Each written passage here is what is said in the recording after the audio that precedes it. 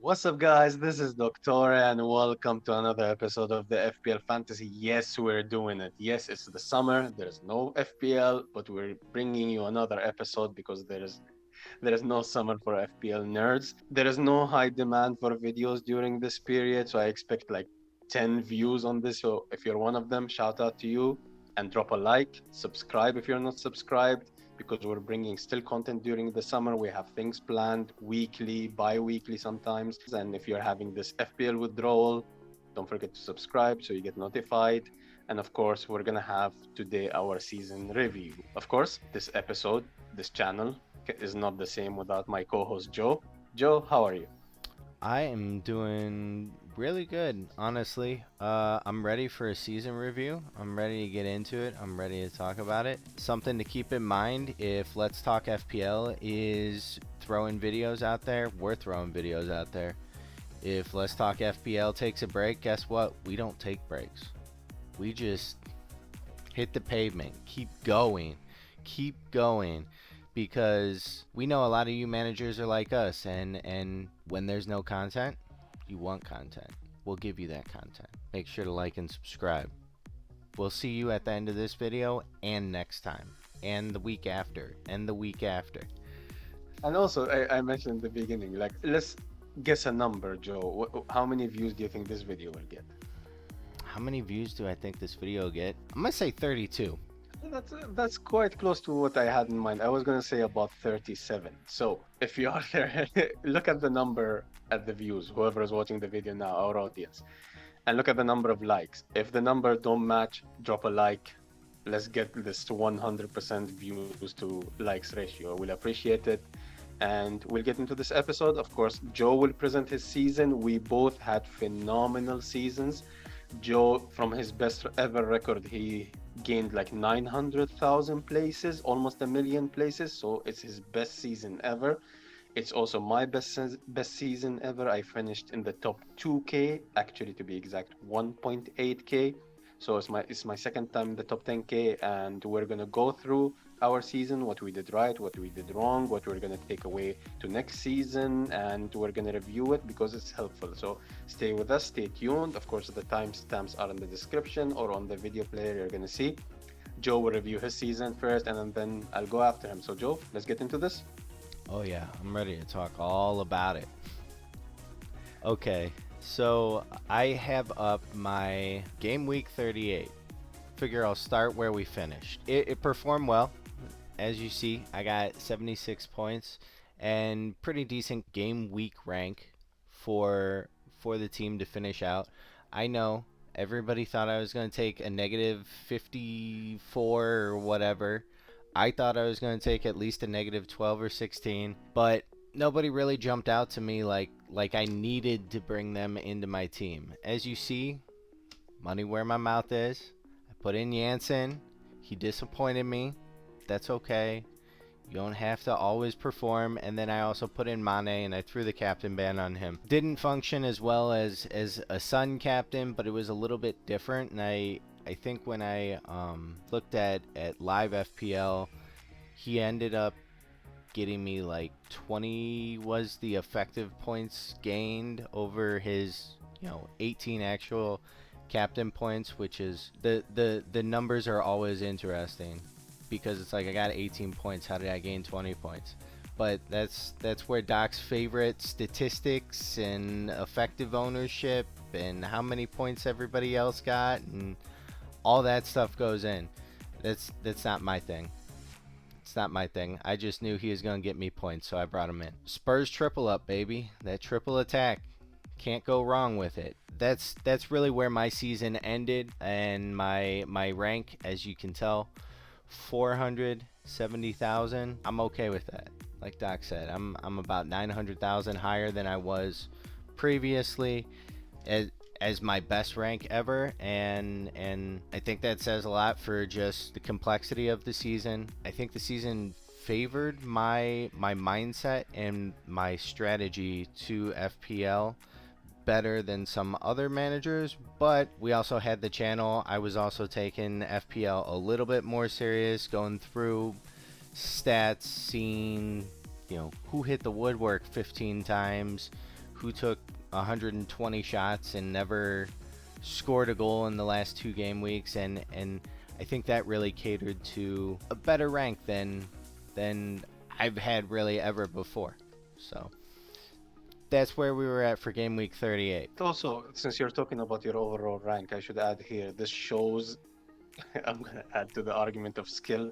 This shows that this season you've been attentive to the fixtures, to the stats, to you're probably watching more games because of the involvement with FPL. So this shows that if you just give more attention than usual to who's playing, consume more content, you'll do better. I've known Joe for almost a year now, and when I met him, he was this kind of only mini league. I'm going after one guy, bring him down, try to get those differentials in. But he played a bit more sensible. I should stress the word a bit, and you can see the jump in rank. So I expect big things when it comes to the overall rank for Joe next season. It's a phenomenal rank finish. It's a huge jump. I would be extremely happy if I finished 900k more than last season. So it's absolute respect, and I loved and I enjoyed talking to you through the season regarding the thought process you put in and choosing your team, your players, the Maverick picks, the chasing the upside. I absolutely loved it.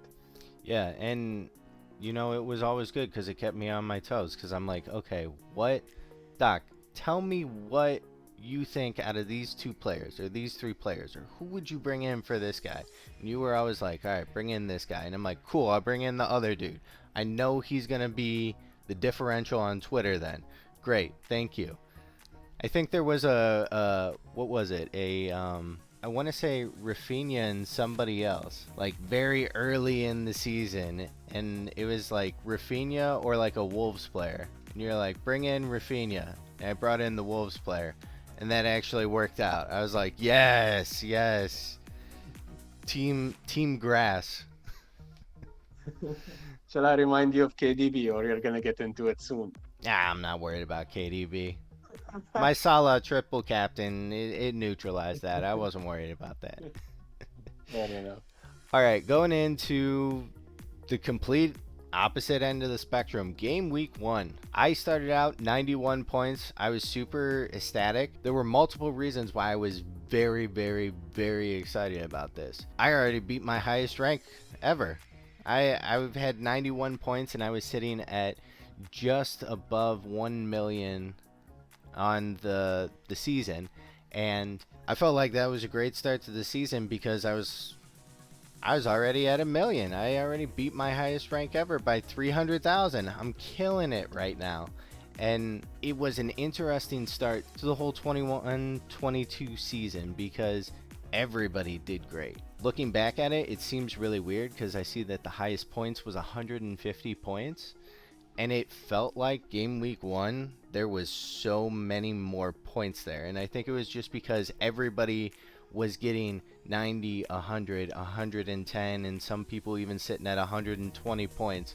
And it started off the season in a real feel-good motion. And I'm sure we'll get into it. The season clearly didn't stay that way, especially if you played throughout the whole thing. But it felt great to be back into FPL. And that's all you can really ask for as a manager is just this thing that I've gone 10 weeks without, and just give me that injection of FPL, please. Like, I need it. And that's really what And happened also, in game week 1. I should mention during game week 1, the first over the board played triple captain on Salah, so the chip was gone at that point. And that person who was first in the world game week 1, they ended 4 million at the end of the season. So it's a consistency game. Yeah, they were first, and also the average was high. It was 69 points game Mhm. week 1. So you smashed it that day at least, or that game week. Yeah. Yeah. And we know now the the whole vision of FPL changed over one season. I mean, we're looking at my team here. Like, Barnes was the guy to get in because he killed it in preseason. Forgot how to play in the regular season until the last few games, which didn't make any sense, but sure, Barnes, go ahead, have fun. Glad you're happy. I had Son and Salah, which I had Son at the end of my season. I didn't have Salah because risks. They're fun. And I started the season out, and a lot of managers did, with Bruno Fernandes and Luke Shaw in the back, which I think was absolutely insane looking back on it after we've seen the season, because Bruno Fernandes was coming off of an extremely hot season, and he had like 4 good game weeks, and then Ronaldo started, and then the play completely changed, and Bruno never saw points again. And Luke Shaw just he played all right at Euros. Everybody brought him in thinking, "Oh, maybe this is his year." It's not his year. It's never going to be his year. Let me remind everybody, next year when you want to bring in Luke Shaw, just don't. It's not his year. But it was really interesting just to see like how everything changed over the whole season. And I know that happens every year, but this year just feels so much different because there was so much additional craziness that went into all of it. The next place that I'd like to take everybody is game week 3. This is when I actually played my first wild card because of similarities and very much what you saw. I had Bruno in there. He was kind of doing okay. Luke Shaw was kind of a waste. Bachman wasn't performing the way that I had expected him to perform. I understand they did really well in the championship, but coming up, I expected a little more saves, a little better defensively, and that wasn't there at all. So brought in Raya. I made, well, an okay move in the beginning, but if you've watched this channel at all, you'll completely understand. I brought in James. So there was something wrong with me at the beginning of the season because I brought in James and I felt good about it. Antonio, if you played the game in the beginning, I'm sure you had Antonio and Ben Rama. Absolute studs in the beginning of the season, and they really helped shoot me up the ranks for sure. You can tell I still had Son, I still had Salah. I thought maybe Kane could break his curse again like he did, I think 2 years ago. He had scored at the very beginning of the season, like game week 3. He didn't do it this year. Spoiler alert, it was a waste of a transfer. But one of my early season kings, Emmanuel Dennis, coming in for me. And that turned out to be, for the most part, a pretty good transfer, except for the whole dreaded game week 23 -2 point captain on a double game week. That's all we need to talk about, right? That's all we need to talk about Dennis. Next game week I want to jump into real quick would be game week 9. And the only reason why I really want to touch on this, well, 2 things. So, Doc, this is our little inside joke here that happened this game week. I don't know if you remember the great benching of Sir Rudiger, where he was, I think he was flagged in game week 9. And I was like, oh, I'm going to put him on the bench for now because I think it was like a red flag, if I remember right. And then because I live on the East Coast in America, my game times for the weekends is like, the deadline is like 6 in the morning. I'm like, I'm not doing that. So I just threw him on the bench, and then it came out, oh, hey, he's going to start and play. So I missed the deadline. Rudiger comes in. I look at my team when I wake up in the morning. What do you mean there's no flag? And he scores 9 points for me sitting in the 3rd spot. So Doc hasn't let that down. He's made sure that I know about it. And Because around that time we were planning to start this channel, or we already started it. It was around that game week, and we were going back and forth, and I was telling him, just, it's against Norwich. Start the guy. If he's injured, he's never gonna feature, and you're gonna get someone else. No, I'm gonna bench him, and he left him 3rd on the bench, not even 1st, and I was livid. So, yeah. To be fair, he was my 2nd lowest scoring defender that game week. Fair enough, yeah. Fair.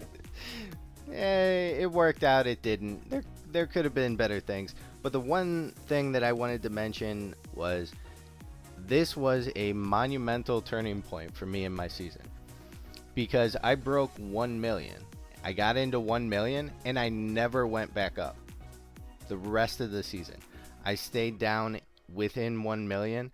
And as gross as it is to say, with a team of a bunch of twos and ones on it, this was the team that took me there because you didn't see what the other guy looked like. Really, is what it is. Game week 20 here. So, little bit of a waste, kind of, but I mean, the score was pretty decent compared to the average points. It definitely got me up the ranks. If you look at the game week rank, I mean, it was within the top 400k, which is astonishing, but a little bit disappointing. Everybody had that Salah captain, I think, at that point in time, and he featured and just didn't end up bringing any points in. And then Regulon. So there were things that went well, but there were things that just could have went so much better in this situation. I mean, if Klopp would have just benched Salah rather than let him play and get 0 points, that would have helped a lot. So maybe we can talk about that next year, Klopp. Also, I want to add, I remember this game week very well because I tend to have this weird memory when it comes to game weeks. Like, I don't remember any. In preparation for this video, I went through my game weeks and I'm like, really? I have this player? Really? I captained this player? Like, it kind of become distant memory all of a sudden as soon as the season finishes. But that game week, right before it, in the game week preview, we had Remy as a guest. I still remember this. And he was thinking about not captaining Salah. They were playing Leicester. Leicester were conceding most chances from their left flank. Salah was on fire and in form. So I kind of had this strong argument and strong opinion that Salah is the obvious captain. I don't remember if Remy ended up going for Salah as a captain, but he was considerably thinking not to captain him. So I don't know if I swayed his decision or not. So it's one of those moments you're like, I'm just new to content creation. I've just given an opinion to someone to captain, and Yeah. this person got 0 points. I wonder how did that go with Remy. But yeah, that's a funny story because it was in the beginning of our channel as well. Yeah. I can't remember what he ended up doing, but it was, yeah, I remember that conversation for sure. And he was just like, yeah. So how'd that Salah captain go? I'm like, I don't know what you're talking about. He didn't play. I got 0 points. He didn't do anything. He captained Foden. I just checked. He captained Foden for Okay. 22 points. Yeah. Yeah. I respect that. Do you want to call me He back? didn't even have Salah that game week. Is that game week 20? Yeah, I believe so. Yep. 20. He didn't even have Salah. He didn't even have Salah. That's crazy. He's insane. That's crazy. Well, Do you, he ended the season 302k. So it's a respectable rank, but that's crazy. One thing that I wanted to mention, I'm not going to put it on here. Game week 15 through game week 22. Aside from game week 20, so that'll give you a hint, Doc. Who was the player that I brought in that everybody thought I was absolutely insane for bringing in and starting most of the time? One of my 3 kings. Ah, Smith Rowe. Yes. Is it? Yes. Yeah, the game week 15 through 22, I brought in Smith Rowe, and I don't know how I managed to do this, but I benched him in the game weeks that he blanked and didn't feature, and I played him when he got points. And Welcome to the skill. yeah, yeah, and I'm gonna call it skill. Yeah.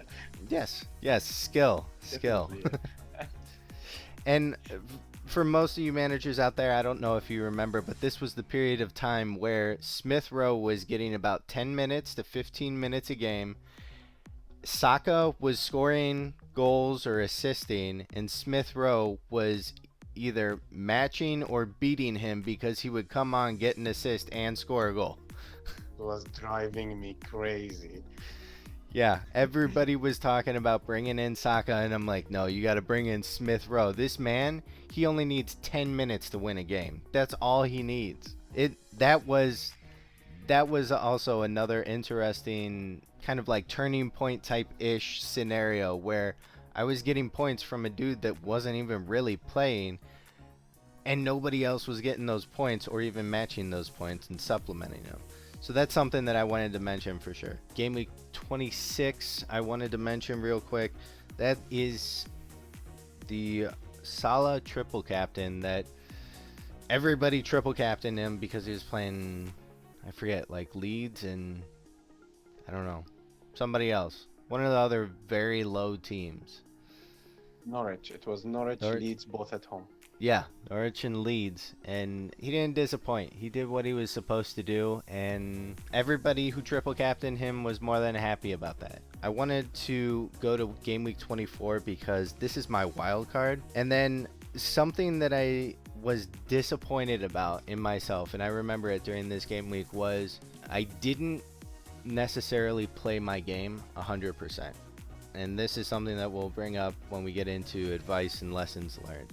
I didn't play my game 100% because I had brought in Ramsey, and I was one of the first advocates for Ramsey. I watched like one or two Villa games, and I'm like, this kid's insane. And he had like gotten an assist or scored, and I was like, I need him in my team. How much does he cost? 4.5, 100% get in my team. During that period, you DM'd me about Ramsey, and I was like, get him in. Yeah, Get him in. The guy can. He's playing as the number 10, almost as false 9. So he was scoring very well, and he was very talented. I actually shouted him out during that game week on Twitter. I was like, Ramsey's going to be high scoring this game week.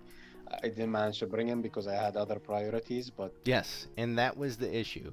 I didn't play my game week because I'm sitting there, I'm looking at my Twitterverse, and I'm looking at all these videos. I'm watching Let's Talk FPL, probably FPL Mate, whoever, all of them. And they're like, Rafinha is going to explode. And I'm sitting there with Ramsey like, I really want to play him though. But all the experts, for whatever experts are, you know, a good stream setup and know how to interpret data a little bit.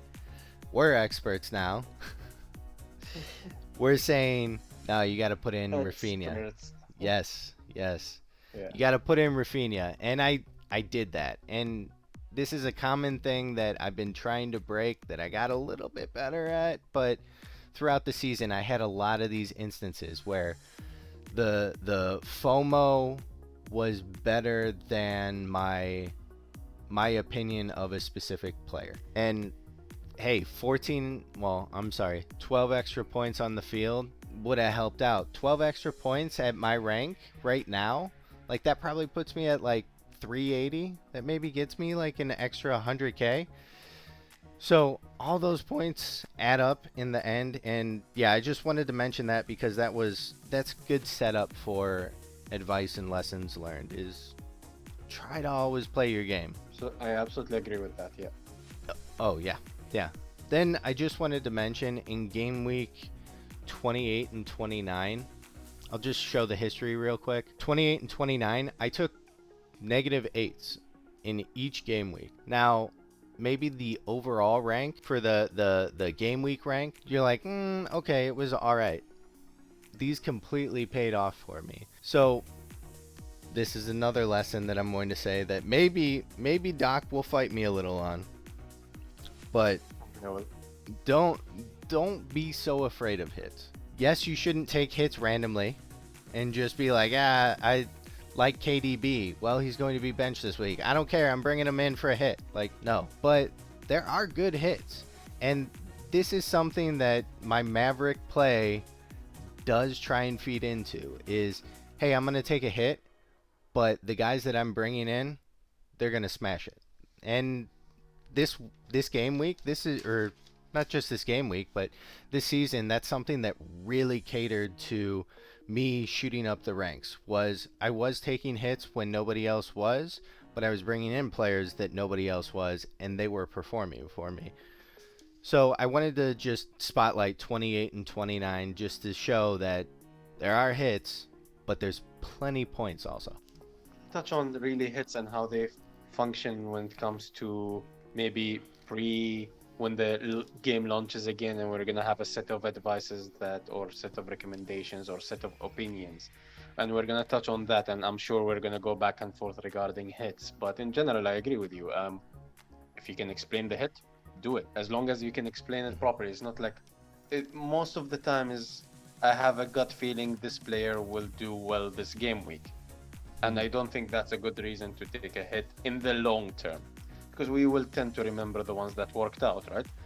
But you'll forget the other 30 game weeks that you took a hit and it didn't work out. So it's a long term game to a certain extent. So There we're were going to touch never on that weeks back that and it. forth a lot. There were never weeks that it didn't work out.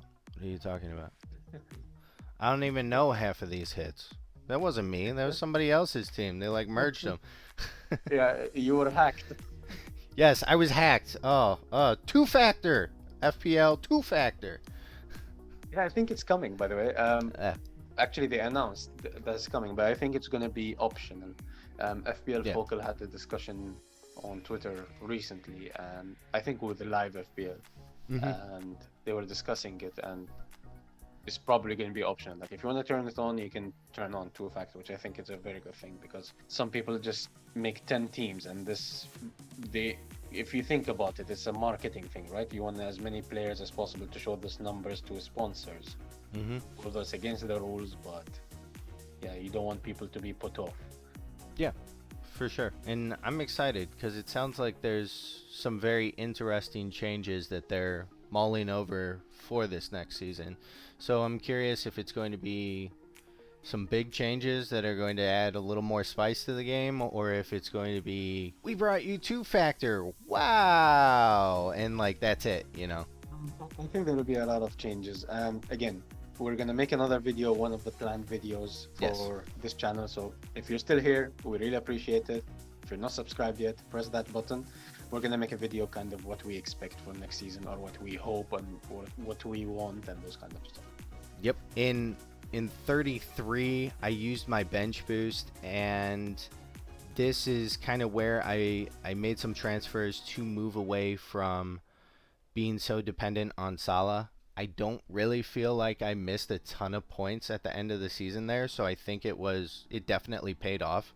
And I think it's difficult to figure out when that right time to take out that player that's been hot all season and move him away. But it's not going to kill you. Or who to bring in for that player to kind of make up the points and then some. And then game week 35 was actually my highest overall rank I've ever hit in FPL. It was a number higher than my current one.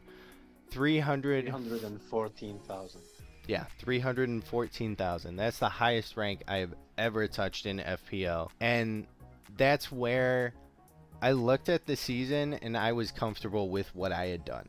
I felt like this was it. This is what I wanted. I got 314,000 and I was ready to have fun with FPL, which I know Doc wanted to shoot me for because I think at that point if the cards laid right, I was in firing range of top 200k or even right around 150k if I played it fast and clean. But Doc's favorite game week of my whole season, game week 36. I want to bring this up, and this will be the last game week that I'll talk about.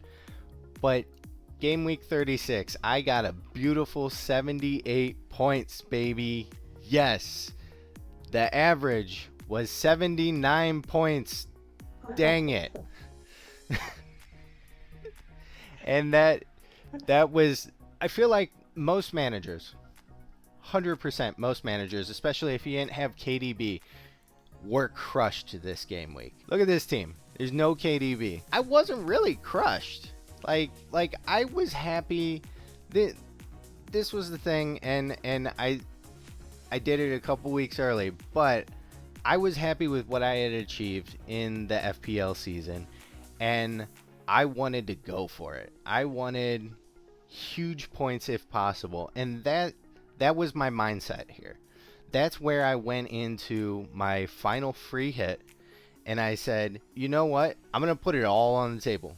All on the table. I'm at 315,000. I'm ready to do this. So I tracked the city games for the Champions League, and KDB came off early. Interesting, but everybody was talking about him. Mahrez also came off early. That was what piqued my attention.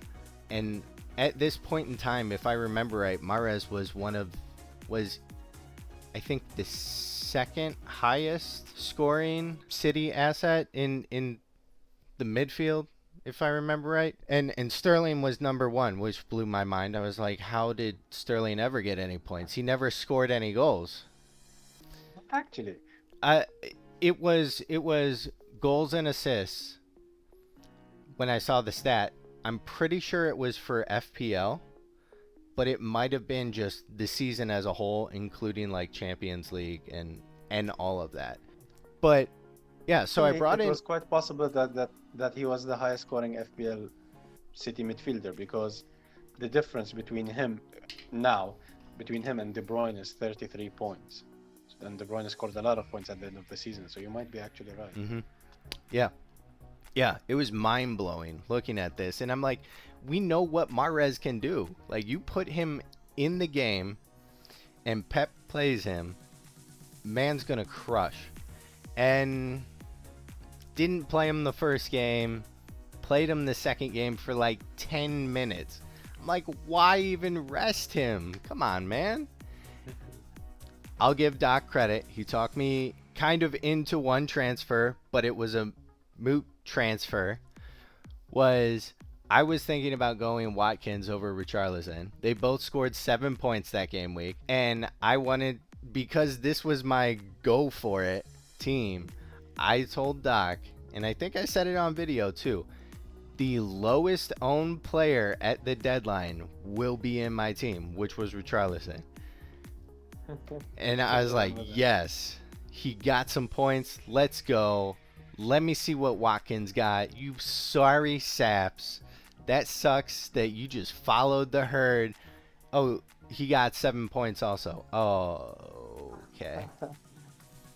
Yeah. All right, my Usually bad. this always happens in FPL, like this anticlimactic. Like for example, you're always between two players, right? You're Hmm. whole week you're agonizing, asking, checking stats. Who am I gonna bench? Who am I gonna start between two players? You think about it, you change it right before the deadline because of FOMO and everything, and both players end up on 2 points. Yeah. So it's Yes. like typical FPL fashion. The the other thing I gotta put on this before I get into my advice and lessons learned on the season, and then we can get into Doc's team, is Lloris, my man, scoring Oh my God. scoring more points than The season Schmeichel. ended, Joe. The season ended. Come on, save me some. No, Doc, you had talked about Schmeichel. You were like, I think he's gonna be your better asset. He's got better games. Yeah. Everybody brought in Schmeichel. I was like, I like Spurs defense. Lloris is their defense. I'm bringing him in. He's gonna do it for me. And it came down to that last game, and he ended up getting, I think, one bonus at the end, and that pushed him over. I think it was either his final save or a bonus, and I was like, yes, I am the It champion. was a bonus, yeah. It was Yeah, a bonus, and I think Schmeichel got 8 points and Loris got 10 points, something like that. yeah, yeah. So that was a victory for me, as far as I'm concerned. That was worth another 50 points. So, two sites real quick. I got my captaincy pick details from Premier Fantasy Tools. So, as you can see, I ended the season 664 for my total captains, about 17.5 points a game week. 67% captaincy success. And then right at the end is where things got a little shaky. Salah was not quite in the same early season form. Ronaldo didn't perform for me. Dennis, I don't know why they gave me negative 2 points because Dennis didn't even show up. Veghorst, that was his double game week that I was kind of hedging bets that he would at least get me something out of it. Didn't really at all. And some with the 38 for me right towards the end there. That really helped out. Kind of secured that highest rank ever. And then I wanted to look at the FPL optimized page.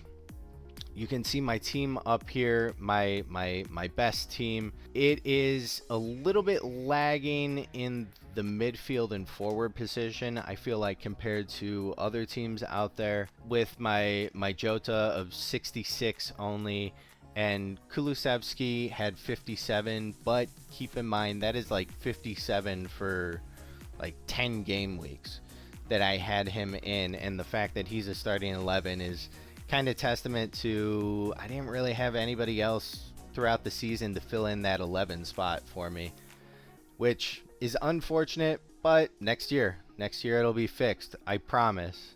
And Ramsdale on 65, I brought Ramsdale in a little bit earlier than most other managers. I feel like I've seen a lot of like 55, 53s, that kind of floating around. So here's a really interesting tool. This is actually a really informative graph of the red is where they were, where you benched them, the green is where you played them, and the no color gray whatever is where you actually didn't own them. And when I was looking at this last night, I was actually kind of surprised with the sun graph because I felt like I had missed a lot more points than I had. But looking at it, I mean, I missed points in 7 and 8, and the rest were 8-pointers, really, or less that I missed. So I actually, I really timed that pretty well throughout the season on when to own Sun, and that definitely pushed me up. Salah, you can see the triple captain right there. Just got to show that. It's glorious, even though everybody else got the exact same points besides like 5 other people in the world. Yeah, that's beautiful 26 game week. This 28 points tripled up is beautiful graph here. Yeah, yeah. And you can tell that I didn't own Salah besides game week 33 in all the right game weeks not to own him, which, yes, thank you. This is an interesting graph, the risk analysis graph, to kind of see like where it paid off on your game weeks. If you're below the parallel to the bottom of your screen line 0, you ended up losing points on the players that you hedged bets for versus the actual result. Above is positive, and if you click on one of them, like this guy here, you'll see they are allotted to a singular game week, so game week 25. Differential rate, the amount of change overall, and bets against didn't work out. My bets 4. You see there, my boy Cucurella just not doing it for me. Gosh darn Lamptey. Why was he part of the team? Don't worry, Cucurella's coming to Man City, and he's bagging points. Cancelo, you're not the only big point scorer in town. Watch out. He's gonna pull a Maras for you. Yeah, definitely. And then the final thing that I wanted to look at that I found on here and I saw some other creators using is the predicted versus realized performance graph. Pretty smooth with following what the predicted was.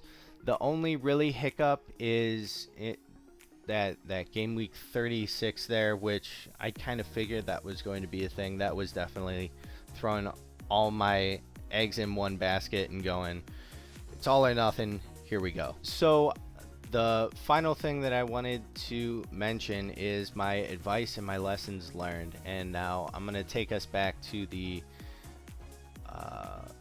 beginning page, because you don't need to stare at a graph while I'm just rattling off these things. So advice and lessons learned that I would give to the community, and that, you know, I'm going to try and follow a little bit more hardline this coming season is, and Doc's heard me say this one, if you can't make a decision confidently, don't pull the trigger. So if you're sitting there and you're like, I have guy A, guy B, they are the same thing to me and I don't know what to do, I didn't pull the trigger, and 9 times out of 10 that was the right answer throughout the season for me, because it was something where I was like, I'm leaning towards this guy, and then the other dude exploded, or both of them blanked, and it would have been -4 for nothing really for me. Then talked about it a little bit. Don't run from hits. Hits can be a good thing. hits can really help you propel yourself up the ranks. Don't run from them, but be confident in why you're taking that hit and make sure that it's something reasonable. For me, Doherty to Kane seemed like the move to make. What ended up happening, Kane got 10 points less than Doherty. Didn't feel right, but it was a sensible hit in my eyes where Kane was starting to get going and start scoring and getting assists. And eventually at the end of the season, that was the right hit. Doherty got hurt and Kane was part of that trio. Don't be afraid to start your own party rather than join Twitters or YouTubes. This is something where you just go, and if everybody's on a Pookie party, which they won't be next year, sorry guys, sorry, you don't have to be on a Pookie party. You can go over there in the corner and be on a good old Emmanuel Dennis party if you want, which you can't next year. Sorry guys. But just because everybody else is talking about a guy doesn't mean that that's the right pick. And just because nobody's talking about the guy that you're looking at doesn't mean that's the bad pick. So if you feel confident in it, be okay with advocating it. That's what happened with me and Mahrez at the end of the season. I felt confident. Everything said that he was going to play a bunch of minutes and he was going to get those points for me. I was advocating for it. It didn't work out, but that's what felt right to me. Now, yes, we knew KDB was probably going to get decent amount of points. Unlucky for him to get 1,000,000 points, but that was the party that I decided to join, right? Can I add to this point that I Yes. agree and I disagree with it? Yes, play your own game. Do not listen to anybody, even the winner of FPL. Do not listen to him next season saying, oh, you should buy this, you should buy that. Yes, you can take opinions of people around. I take a lot of people's opinion around me every single game week. Joe and everybody we had as a guest on this channel. So yes, take opinions, but I always say when I give my opinion, it is your team, it is your decision. Do not sleep the deadline passes and have regrets. Basically, if you think this player will do well, go for them. If you think they're not going to do well, do not go for them. Something I followed this season better than most seasons. That's why I did better than most seasons. But I also disagree with there is a reason most people talk about a specific player. There is a reason why there is a template, and there is a reason why there is a Twitter template. Is basically wisdom of the crowd because they have the best fixtures, registering the best stats. I'm not saying go follow blindly this side or go follow blindly your gut, but you should find the balance. Yeah. Yeah, no, I agree, cuz if everybody's talking about the guy, there is a reason. They're not just like I like the way that his shirt looks. No, there is a reason, but make sure that if you got a different reason, don't be afraid. Go for it. Look at it. Next thing was trust your eye and trust your instincts a little bit. Don't be afraid to use your gut to make a decision if it feels right. I mean, I made a ton of calls this season that if I acted on may have gotten myself extra points. Talking about Patson Daka, he had a run there, probably 2 or 3 games that I was talking about him. Vardy was injured, Mads was injured. It was just him and Tielemans in the attack, really. And he ended up, I think, scoring like 2 or 3 goals over that run. Kulu, I brought him in when people were just starting to talk about him, and I was looking at him for a while. Should have brought him in sooner. Brentford's defense, they had a chunk of time right at the end there, especially when they got Raya back, that they were doing really well. And then good old Rafinha and James. Didn't like necessarily either of them. Tried to stay as far away from them as I possibly could, and maybe I should have went even further away from them because I brought them in and it stung a couple times real good. Then find your quick and easy data, and this kind of goes into the 1-2 ago of not even necessarily sitting down and looking at shots and whatever, but find your Twitter space. I have been listening in when I can to FPL USA's Twitter space talk. It's a hashtag, not like an actual FPL USA. I know, confusing because of my Twitter handle, but But find those content creators and those spaces where you can talk about your stuff and be challenged a little bit, but not be afraid to challenge somebody else or even raise your opinion and just say, hey, what about this guy? Because 9 times out of 10, if you're talking about somebody that somebody else isn't, they should be. They'll be like, oh, I didn't think about that. So find your quick and easy data and use it to your advantage. Don't shy away from it necessarily. Then figure out your base points for your transfer and build your transfer off of that. So what I mean by this is in game week 9, I got rid of Alonso, who scored 0 points, for Chilwell, who got 12 points. But then adversely, I got rid of Ronaldo and I brought in Vardy, who each got 1 point each. So Chilwell made out for everybody's transfers, but I didn't have to make that Vardy to Ronaldo transfer. Basically, what I mean is, you're going to take a -4, or like Doc says, consider your free transfers even -4s in your mind, and does it pay off to do that? And that's a good set of advice. That's also something to put in with the don't run from hits aspect. Then final thing that I just wanted to mention on lessons learned and advice: let the data talk you out of a certain decision and don't let your brain do it. And that kind of goes with the, if you can't make a confident decision, don't pull the trigger. Because if your brain is sitting there and is just like, I don't know, I don't want to bring in Kane for whatever reason, well, go look at the data, talk to some people online, look at YouTube videos, and figure out, does that really make sense? Does it line up with how he's actually performing and the expected performance of it all? That, everybody, I know it's a month and a half. There were some things that I really wanted to talk about. That's it for me. Doc, on to your team if you're ready to do this thing. Let's do this, Joe. So, I'm gonna start my season review kind of to give you an idea where I ended in comparison to my other seasons. As you can see, this season hasn't updated yet. 21-22, I ended 1717. It's my highest rank ever. It's the second time after season 2014-15 where I ended again in the top 10k, but I was around the 8k mark. I'm very happy with this season because, and I tweeted this, I felt like I kind of had unfinished business. Last season I finished 10,157 and I was 1 point off of the top 10k or the 4 digits mark. So I kind of was like, okay, let me try getting this and I can chill, I can relax. So I'm happy with my record. As you can see here in my history, 2013 and 14, this is when I really started playing for OR or overall rank.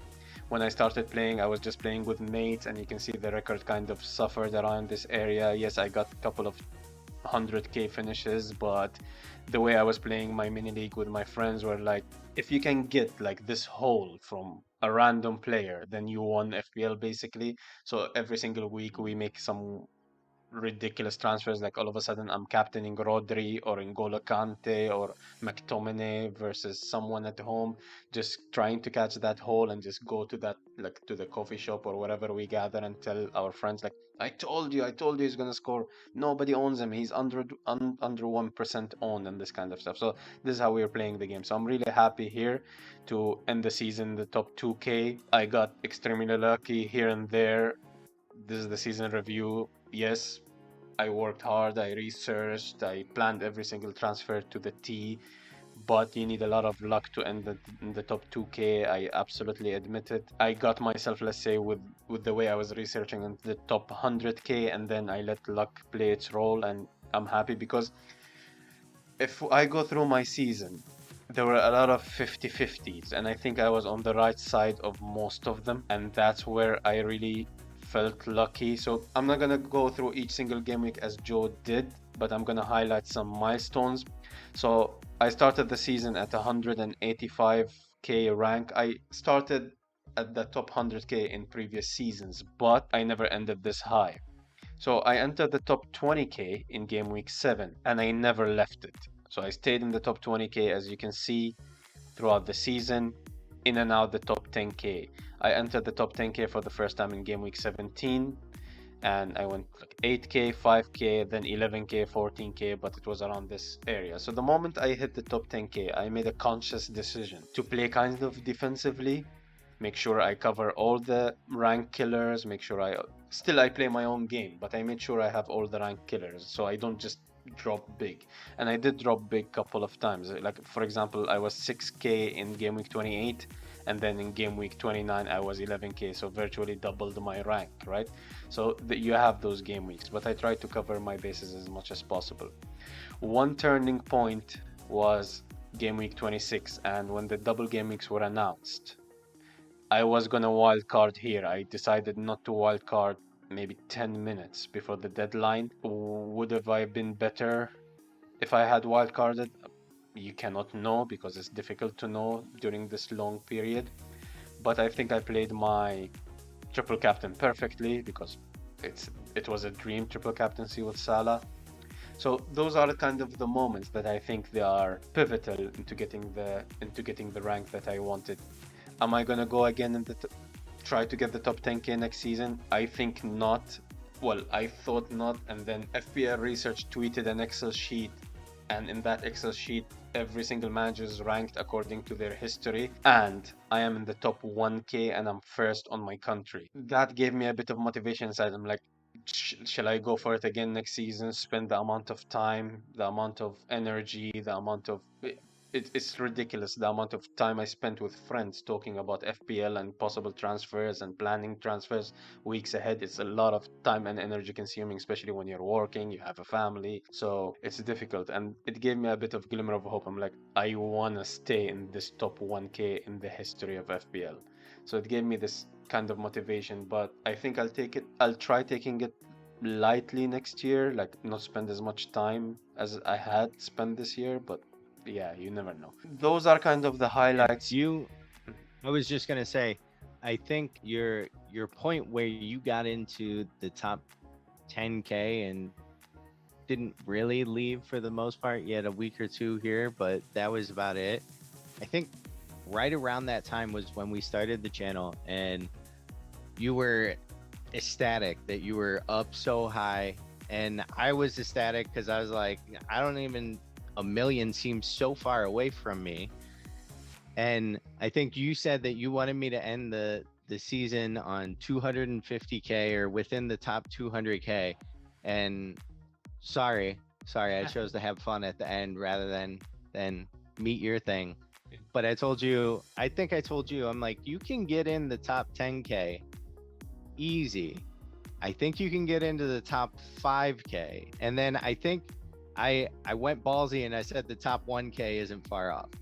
And I mean, you didn't end far off from the top 1K. So I'm glad that you proved me right. Well, I wasn't as optimistic as you because I know how difficult it is. One wrong game week, one bad game, like a series of 2 game weeks back to back, and Hmm. you're out of the top 20K all of a sudden. So you have to keep up with everybody. One of the things, again, luck played a role here. There were a lot of 50-50 decisions. And one that comes to mind, springs to mind now, there was a period during Christmas, I think, and there was no European football. And we were at a point that we needed to make a decision between Kane and Vardy. And most people went for Vardy, and I went for Kane. Vardy had the easier fixtures, but I had a bit the gut feeling about Kane. Kane blanked in almost every single match. But guess what? So did Vardy unexpectedly. They had like Watford at home and those kind of games, right? So I went against the crowd, but also the crowd didn't do well. So this is where I'm talking about the element of luck. Again, it worked against me in certain times because in the final 3, 4 game weeks, I had a gut feeling about Madison. When Madison was playing in Europe, and I was saying, I'm not going to get him in as long as he's playing in Europe. The moment they get out of Europe, I'm going to get him in my team. But when I had to make the decision, Zaha was an option with easier fixtures, but my gut feeling was saying Madison. I was saying over Twitter, like the last 3, 4 game weeks, I'm going to get Madison in. But then checking the stats, talking to people around who are kind of in the top 10K and seeking advice and everything, everybody was like, go for Zaha. He's kind of, the stats are better. He's shooting more XG and those kind of stuff. I taught myself not to let that get into me, but Sometimes it does because in general, I'm a stats guy as well. I ended up going with Zaha. Madison outscored him by like 40 points. So those 40 points could have gotten me in the top 1K, although I never had a sight on the top 1K. Everybody was telling me, you can do it, you can get it, blah, blah, blah. And for me, it was like, just get the top 10K, beat last year's rank, and never look at top 10K again. Yes, my expectations are going to change the next game, next season. I'm not gonna look at the top 10K. If I get it, I'll be of course over the moon. I'm over the moon currently, but I'm not gonna look at it again because I think it's extremely difficult. I tweeted a long thread. Why do I think so? And what kind of this holy grail rank that I think it should be. So you can see it on my Twitter. Well, there was one person, if I remember right, that was like, "Yeah, don't go for Zaha. He sucks."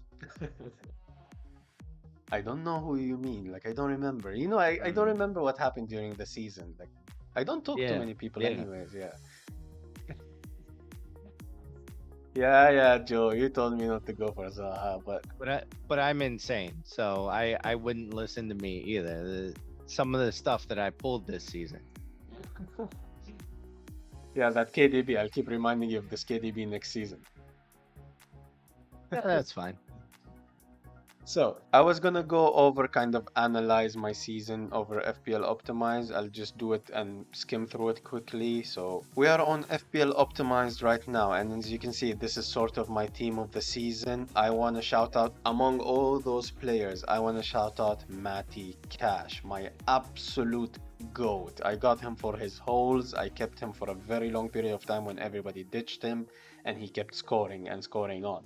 So as you see, I had Rafinha, Joe's favorite player.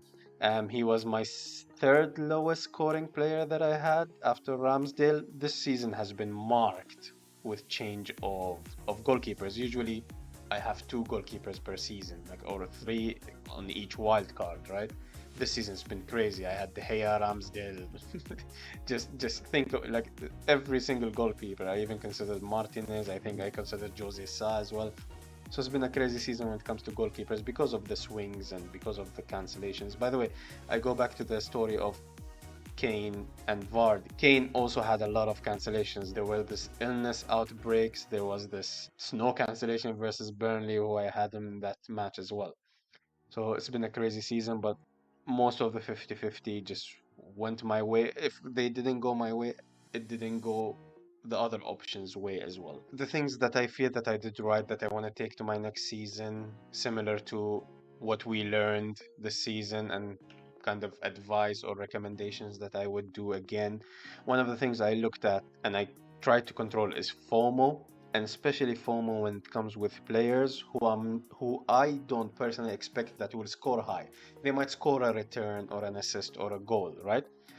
But they don't warrant a transfer, and that's another thing. For example, I'll get to the transfer spot, but for example, Veghorst. When Veghorst had his double double during the end of the season, I never brought him in because I just saw no whole potential in him. I didn't even bring him in. I didn't have him in my team because I didn't see this hole while everybody captained, and I just gained rank mostly around those game weeks. If you see during the doubles, and for example, I think game week 30 there was a double. I think I captained Son, and everybody captained Veghorst. Son got like 12 points, Vegas got 4. So I kind of controlled my FOMO. I had this FOMO. I could have brought Veghorst, but I decided just ignore him. He's not going to score hat tricks. If he does, he's not showing any signs of it, and you were extremely unlucky, right? Just get the players you think will score the most points. So FOMO is the most important thing. And that touches also on Joe's suggestion earlier that just if all of Twitter buys a player and you think they're not going to score well, just don't get them. You don't have to get them. Yes, I was playing defensively, but I wasn't going that defensive. Also, I taking hits. It's an important and it connects with the transfers. It's an important part of the game. I stop taking hits unless I can explain them rationally and I can explain that I'm going to get them back in the long term, not the short term. So if a player, let's assume if a player, Harry Kane, he has Norwich this game week, but then he has Chelsea, City, Liverpool next game week. I didn't take a hit in those situations, right? Because yes, he can score very well this game week and you can captain him, but you should expect lower holes in the next three fixtures, especially the way that Tottenham play. The way that Tottenham play, Harry Kane drops in the big games and Son runs in behind because they play on the counter attack. So And that brings me to another tactic that I followed that played well is the rotation between Son and Kane. My chips, I got lucky with my chips that they fell around kind of, let's say my wild cards and my free hits around kind of fixture swings for Spurs. So I always kind of had Kane and Son at one point. But when Spurs played big teams, I made sure I have Son, not Kane, and the opposite. I made sure versus kind of the smaller teams to have Kane over Son. Because tactically, in my head, Kane will be more in the box versus smaller teams and those kind of stuff. So kind of my chips fell right into place with Spurs fixtures. Also, I valued transfers more. For example, I was considering every single transfer, even a free transfer, as a -4, because if I don't make that transfer, I can do it somewhere else, and that's the hit taken anyways. So I was valuing transfers. I also made transfers, for example, 1 week ahead. Let's say I look at the schedule. I do not look at the schedule this game week. I move the ticker to the next game week. For example, we're in game week 30 and I want to make a transfer that goes 5 game weeks ahead. Instead of looking at game week 30, I was looking at 31 to 36 because I know I want this player in 31. For example, Harry Kane or Son. So I was bringing the players in 30 who I'd want in 31. So I was always ahead of the pack because I know the pack would want this player. And then hope in 30 they score well versus that tough team. That's why not everybody's bringing them. If they score, then you're already ahead of the pack. And again, you do it again next week and next week and next week until the end of the season. When I started making short-term decisions was around 36. So that's another thing. Another element for kind of I don't want to blow my own trumpet and I don't want to sound smug, but I'm really happy with this rank and this rank is honestly phenomenal and I don't think I'll be ever in this position again. But another reason I was in this high rank is I took care of structure this season. By structure I mean, especially when I started the season in game week 1, I had the team set up which would make me move easier to other players. For example, I made sure I either have Ronaldo or Kane. So if I want one of them, it's just one transfer. I don't have to take a hit. The same, I always made sure I have, for example, Salah or Son. I always made sure that I have a medium range player, like 7.5, so I can jump between Foden, Havertz, blah, blah, blah. The same with defenders. I always made sure I had two premium defenders if I want to jump between James, Robertson, Cancelo. So structure is important because it minimized my hits. It actually minimized my hit. I never played the game to this detail ever in the 15 seasons I've ever played the game.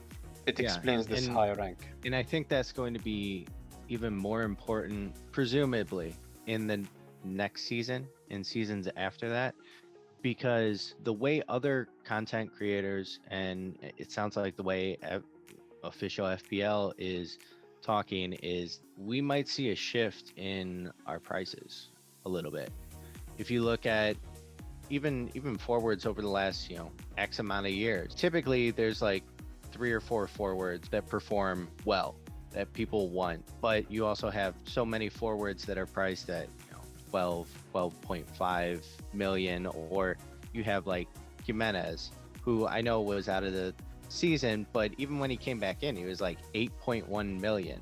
And it panned out in some situations, but it's also like kind of pricey for a guy that you're like, yeah, I'd just rather spend the extra four and get Kane or get Ronaldo or just save an extra four and waste that spot. And then also defenders, because I mean, look at Trent. We're having a defender that's outscoring basically all the midfielders, all the forwards. There's been rumors that prices on those premium defenders may even be elevated. We might not be looking at a Trent at 8 million or 8.5. It might be Trent at 9 or 9.5 million, really up there to make you think, okay, like a lot of people, it was Trent and Salah. Now it might be Trent or Salah rather than a guaranteed duo of the two. So I think definitely having that structure, like you were talking about, will definitely help kind of not really be so affected by major price changes or adjustments to prices at different levels in the game. So it's definitely a good tip to put out there. Speaking of structure, and you just mentioned about the Kane and Jimenez thing. Also, I was looking at the players combination, right? So the way I looked at it, for example, if I could choose between KDB and Dennis or I could choose between Foden and Harry Kane. So KDB has, let's say, the much higher side, much higher upside over Foden, right? And he's more likely to score more points. But this combination, you always look at combinations when you look at prices as well. So that's what I kept looking at. So I prefer, yes, Foden will score me less points, but Kane will score me much more points than Dennis.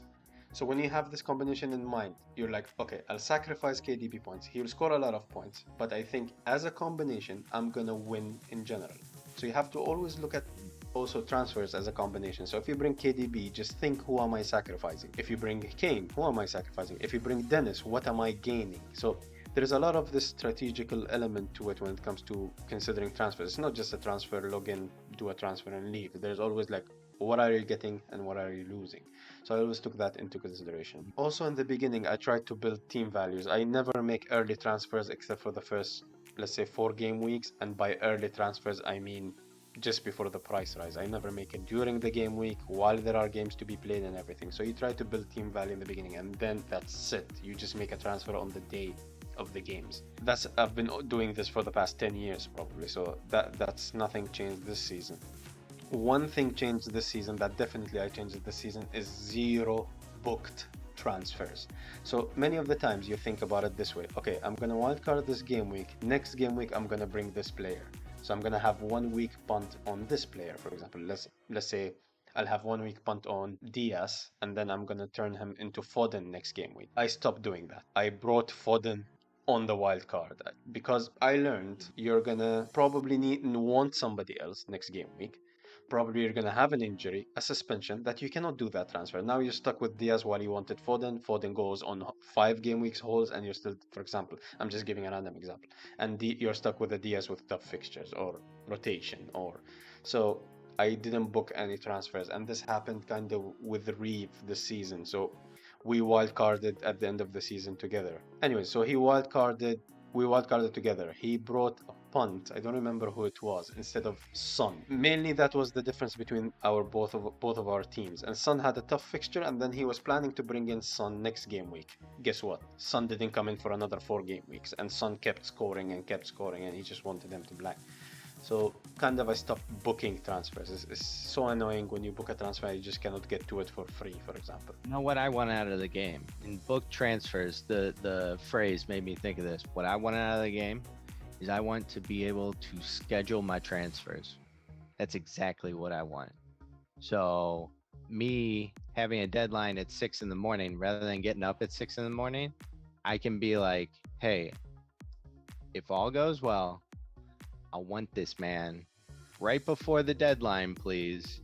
And as long as there's not an injury or and this would be like a third party thing, you know, if it's like, hey, Alonso's going to be benched, you can schedule a thing to be like, hey, if Alonso is benched, don't bring him in. But otherwise, like, it's good because like the official app would be like, yeah, we don't care about team news, get out of here. But I think that would be really interesting because it would solve some of the time zone issues. You could at least use it for injuries or notices or, you know, stuff like, hey, if this guy's going to, if you wanted to do an early price transfer for a price rise, you could be like, before this guy goes up to 6.8, bring him in for me right I, before he does it. I think it's an Just be an absolutely interesting aspect of the game. Yeah, I think it's an absolutely genius idea. You probably will need a third party, but you need also you're into IT, I'm not into IT, but I'm assuming you will need artificial intelligence because how is the computer gonna recognize if there is a leak and someone is not gonna play or something? So you need some sort of a artificial intelligence before the deadline to make that transfer for you. But I think it's a genius idea. If someone wants to apply it, if you want me to cut this Live part out, FPL, hit me up. Let's do it. if you want me to cut this part of the video so nobody nicks this idea, yeah, I will do it. But yeah, I think it's an absolutely genius idea. Actually, it solves a lot of problems. But I don't know if it's within the terms and conditions of FPL if you can do that and involve third party. Yeah, I don't know. Yeah. They got weird terms. The last point I want to mention is I stopped making also 1 week transfers. Yes, punts can work, but and I brought a lot of punts throughout the season, but I stopped making 1 week transfers. If I don't want this player within the next 4 or 5 game weeks, they're not in my team. If I think they will do well this game week, you just pray. So, but again, like there were a lot of 50-50 decisions. And for example, I just remembered another 50-50 decision that went my way. I thought Mason Mount in game week 38 would score very well. I was considering taking out Zaha for him for a hit, just to cover that aspect to guarantee me my top 10k because he was also highly owned and I think he was going to score well. He just didn't score well versus Watford at home. So those 50-50s are just pure luck. They went my way and they got me in the top 2k. I think I spent enough time to be in the top, let's say 100k or top 50k or top 25k. I spent enough time to kind of analyze every single transfer and every single structure to get to that point, but it was luck because every single game week I tweet my team, right? Then you see it like I schedule a tweet exactly at the deadline. This is the team, this is the transfer, and there is always a sentence. Who am I fearing? It's usually a player I don't have that I wish I had. More often than not this season, the players that I feared didn't do extremely well. If they did well, it's like a goal or an assist, which didn't really affect my rank. One of them is Mount, for example, KDB in the last game week. So there was a lot of element of luck. Do I think I'll be ever here again? I don't think so. So I'm gonna enjoy it. I'm absolutely over the moon. We go again next season. Everybody, if you're still watching, drop a like, subscribe. We're still gonna bring more content. So yeah, I'll try going for a high rank next season. Is it gonna be as high as this? I don't think it's gonna be possible with how everybody's engaged, but let's see how it goes. For sure. I think it'll be a fun season, and let's see what fun official FPL makes to the game. All right, everybody. If you're still here to this long video of season review, don't forget to drop a like, subscribe. We're gonna have some guests over, review their seasons, some of the best people in the world, and we have a lot of content planned for you. So drop a like, subscribe. Joe, would you like to say goodbye to our audience? Yeah, everybody, echoing what Doc said there. Thank you for listening to the video. I think that this video, and maybe I'm in the minority of this, but I think this video actually had a lot of really good information and really good content that we can definitely apply to our upcoming season, and other managers can definitely apply not just our advice sections, but in general the mindset that we were going through on the transfers. So I hope you guys got as much out of that as we had put into it, and as much as I had gotten out of analyzing my team and listening to Doc analyze his. But yeah, let's get through this summer. It's going to be a long one, and get ready to go next season. All right, everybody. Take care. We'll see you on the next episode. Peace.